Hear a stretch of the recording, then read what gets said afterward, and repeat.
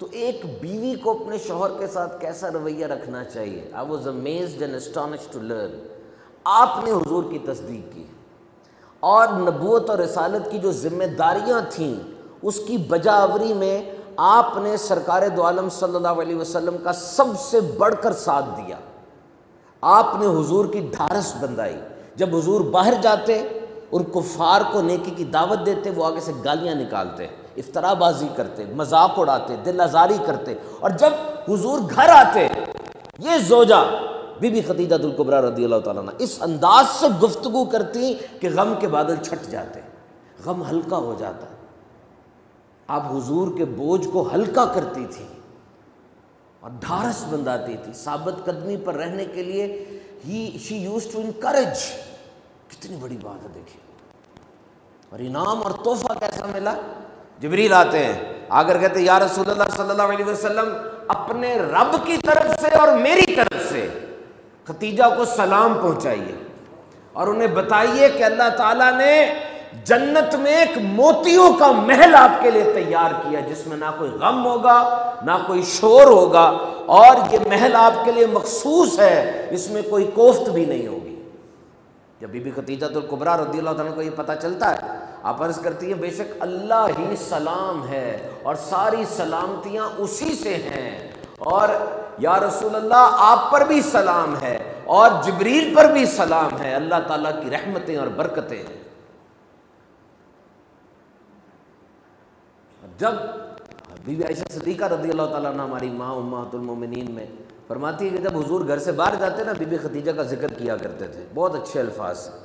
تو ایک دن آپ نے اتنے اچھے الفاظ سے ذکر کیا ماشاءاللہ کہ مجھے غیرت آئی، اور میں نے کہا حضور ان سے بہتر بیوی اللہ نے آپ کو عطا فرمائی ہے، وہ تو بزرگ ہو گئی تھی، عمر زیادہ ہو گئی تھی.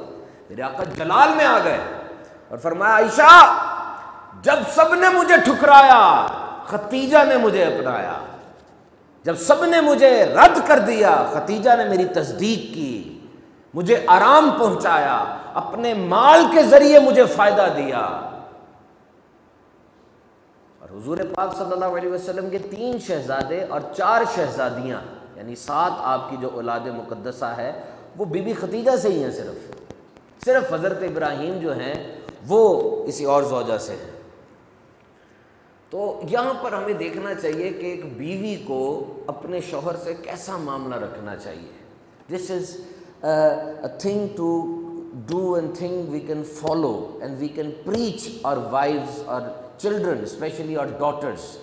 امہات المومنین کا کردار یہ ہماری اولاد کے لیے اسوہ کامل ہے کہ اپنے مرد کی ویکنیسز کو اور اس کی جو باتیں ہیں اس کو شیئر کریں، اس کا حوصلہ بڑھائیں. فرمایا اگر میں کسی کے سجدے کا حکم دیتا تو عورت کو حکم دیتا کہ وہ اپنے مرد کو سجدہ کرے، کیونکہ مرد کے عورت کے جو شوہر کے حقوق ہیں وہ بہت زیادہ ہیں. یہ پوری حدیث کچھ اس طرح سے ہے کہ میرے آقا علیہ الصلوۃ والسلام کے دور میں ایک انصار کا اونٹ بگڑ گیا اور وہ بالکل پاگل ہو گیا. وہ نہ پانی اٹھاتا تھا نہ کھیتی کو کچھ کرتا تھا.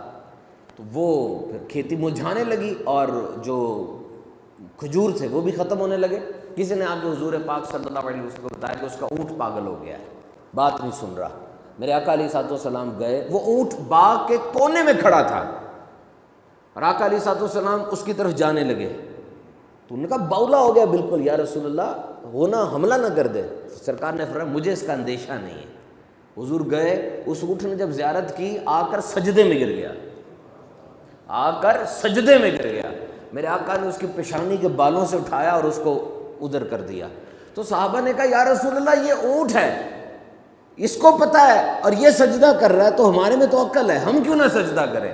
میرے آقا نے فرمایا نہیں، یہ لائق نہیں ہے کہ کوئی بشر کسی آدمی کو سجدہ کرے. اگر ہوتا تو میں عورت کو حکم دیتا کہ اپنے مرد کو سجدہ کرے. تو فرمایا وہ عورت جو اس حال میں دنیا سے گئی کہ اس کا شوہر راضی ہے، کہہ دو وہ جنتی ہے.